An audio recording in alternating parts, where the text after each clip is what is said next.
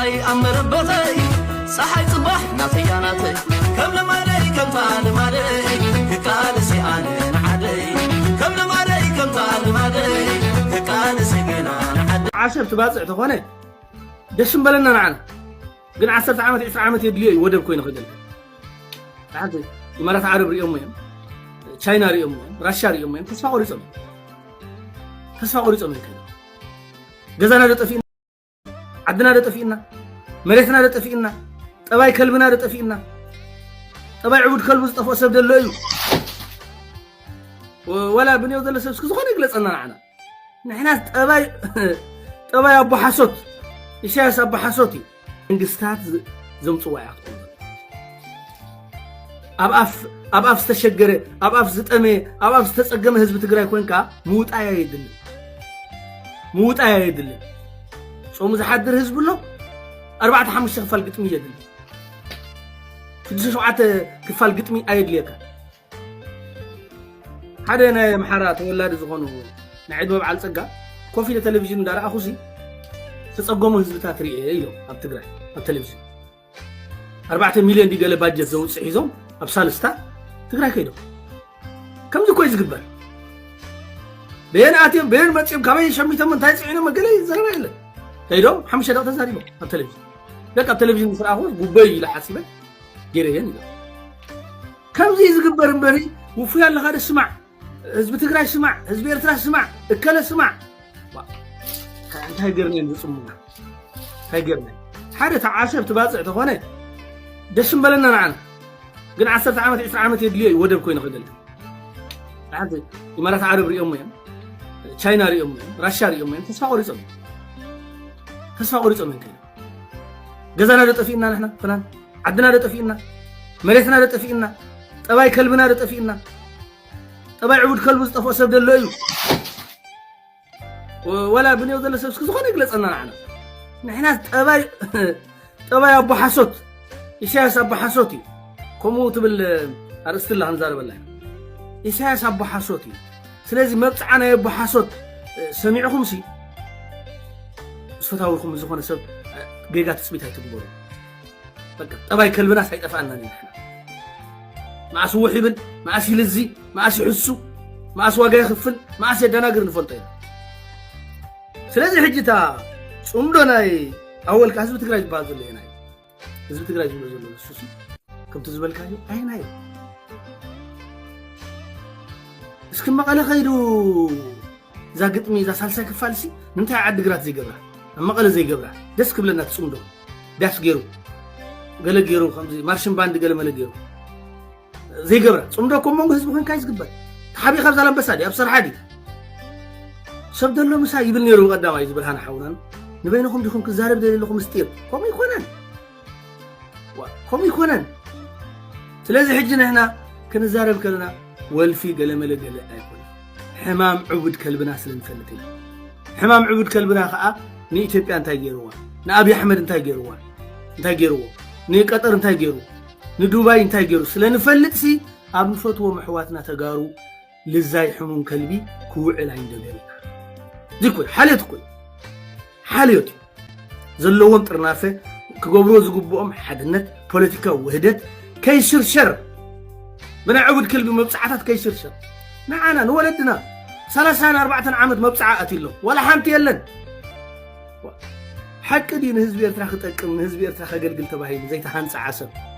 ዘይተሃንጽ ባጽዕሲ ንህዝብ ትግራይ ተባሂሉ ህጅ ጽባሕ ብልነት ክጅመር ናይ በርዝዴይ ጊፍት ዲ ሰርፕራይዝ ናይ በርዝዴይ ጊፍት ይወደድ መስለኝ بحري دለ በቃ ኮማንቲ ኮ ጠቅላላ አብልካ ባኮ ገርካ ሲቀሲቃ አብልካስ ሃፒ በርዝዴይ ንህዝብ ትግራይ እንታይ ይحسبوا تايم تحسبوه قدم مثال شايك فربع كفال ناي ماني خاطبلو ناي اول قطمي مراخبك عشقا اقعد كتصعان ودبك عري الكتريك هلو مع الشقخ هلو كندري نيرنا نمن تباهيل يدالو نز حسبنا قطمي مدلنا فرجي خان اكشن يزال اكشن نحنا شعوب وا معنا اخيلس حواتنا زخونون يهنص الله يبلنا بجبر عني زلو 10 20 ዓመት ዘድልዮ ናይ ወደብ ቅርጽ ክሕዝ ዓለም ለኻዊ ተቐባልነት ክረክብ ገና ስራሕ ዘድልዮ ኣማሪን ታይም ኣትዩ ሕጊ ዓለም ክለብስ ዘለዎ ወደብ በዓል ዓሰብ ባጽዕ ባይዘወይ ዓሰብ ባጽዕ ዘፍርሕ ከተማ ይኾን ወዲ ሰብ ቀትሪ ለይቲ ዝፈርሕ ኣብ ዓሰብ ኣብ ባጽዕ ለይቲ ክትፈርሕ ትኽእል ኢኻ ለይቲ ክትፈርሕ ትኽእል ኢኻ ኣብ ዓሰብ መፍርሒ ከተማ እዚኦም እንታይ ካ ትብሎም ዘሎ ጥራዮም ዘለዉ ኳኹ ሰትማ ኣብኡ ይሰትዩ ኣብኡ ይሞቱ ኣብኡ ገለ ህዝብና ይትተዓሸው ህዝብና ይትደናገር ውሽጣዊ ፖለቲካዊ ውህደትካ ኣረጋግጽ ኢና ንብሎም ህዝብና ኣነ ዝኾነ ሰብ ከም ካልእ ክወስዶ ክእል ዘባእስ ነገር ነይርዎም ኢለ ይሓስብኒ ኢትዮጵያ ማእኸሉ ስልጣን ወይ ከዓ ዝና ይባይሱ ዘመናዊ ስልጣን ኣብ ኢትዮጵያ ዝና ሲያስ ተሪኻ ኩሉ ፖለቲካና ኢትዮጵያ ይወስዱ ሕወሓት ተሪኻ ኩሉ ፖለቲካ ኢትዮጵያ ይወስዱ ስለዚህ ሕጂ ኣብ ኢትዮጵያ ከዓ ስልጣን ተታሕልዩ ሕጂ ዘባእሱን የብለውን ይመስለኒ ሕጂ ምክንያቱ በቃ ኣብይ ኣሕመድ ሒዝዎ ለት ስልጣን ምክንያቱ ሻዕብያ ሕወሓት ካብ ስልጣን ክትእለ ኣለዋ ኢሉ 70,000 ከፊሉ ኣጥፊና ሎጂክ ማለት ሲ በቃ ሕወሓት ኣብ ስልጣን ኢትዮጵያ ስለ ዝነበረት ኣብ መቐለ ከላ ክበኣስ ኣይደለየ ክብለካሲ መሳርሒ ዲ ክገብሮም ደልዩ ቀይሩ እዩ ኣብታ 4 ኪሎ ከለዉ ግን 30 ዓመት ሕወሓት ካብ 4 ኪሎ ዝእለይሉ መንገዲ ኩሉ ኣማራፂታት ወሲዱ እዩ ብመለታ ኢትዮጵያ እዕጢቕዋ 34 ውድባት እዕጢቑ 25,000 ክሳብ 50,000 ዶላር እንዳኸፈለ ተቃወምቲ ኢትዮጵያ 34 ክሳብ 40 ዝበፅሐ ውድባት ኣብ ኤርትራ እዩ ምስኡ ግብፂ እዕጢቑ ሃገራት ዕራብ እዕጢቑ እዚኦም ኩለን እዕጢቑ ሕወሓት ካብ 4 ኪሎ ዝእለይሉ ማሕበራውን ፖለቲካውን ጸጥታውን ሽግር ንኽወርዳ ንትግራይ ብመንገዲ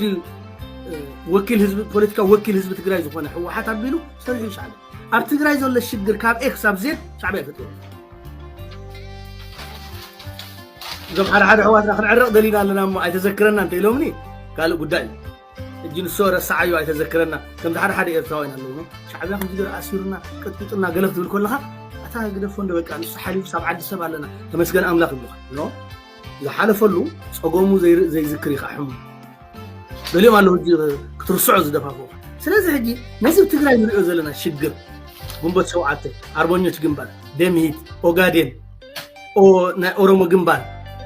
34 زخونا ودبات $50,000 نور عندها شرف كاب 94 سقاب كل تشعن 10 شمونت هو حتى مقالة سقاب زخيد شعبية صريحي تاخويني يسريحو بقى إثيوبيا ما أكل زقبر السلطان يبقى أسهم سلطان بقى زمناو السلطان اللي لم يحاسبوه عالم تطموت السلطان اللي لم يحاسبوه إرترا تكون تقرأي نيشتي نعم سوري بقى نيشتي نعم بعين بوليتيكا بعين السلطان كده كله نيشتي إثيوبيا يتجدف نعم أبي إثيوبيا خا حزبهم قطبهم محبرهم قدامهم سقطتهم كلهم دحرت قديفهم بتقرأي وجن بإرترا وجن إثيوبيا $50,000 نور حقنول كنا سقطاتنا يتقاوم في إثيوبيا زوع النيل أنصار 4 كيلو سقطاتنا يطفي ገንዘብና ወርቅና كل ነገርና ይጠፊ ስለምንታይ 34 ዓመት ወይ ልዕሊ 30 ዓመት ሲ ስለምንታይ እዩ ሕወሓት ኣብ 4 ኪሎ ኮላ ተባይስዋ ሻዕብያ ንምንታይ ከም መቐለ ከላ ክዕረቃ ይብላን ዘባስ ይብሉ ምን ሕጂ ናይ መቐለ ስልጣን ስጋቱ ይኮነ ሻዕብያ በቃ ሎጂክ በቡ ዘለዎ ጠርኒፎም ኢትዮጵያ ወስደው እዚ ሁሉ ተኣሲሩ ዘሎ ምስ ወያነ ተራኺቡ ተባሂሉ ጋዜጠኛ G15 ገለመለ ብሙሎም ተኣሲሮም ዘሎ ምስ ወያነ ርክብ ጌርኩም ተባሂሉ መሻዕብያ ምስ ርክብ ትገብር ኣለና ባዕላ ኖ ምስታብ 4 ኪሎ ዝነበረት ወያነ ይጅታት ምስታብ አዲስ አበባ ዝነበረት ወያነ ኢና ርክብ ንጸልእ እምበር ምስታብ መቐለ ዘላስ ርክብ ኣይንጸልእና ስፖወር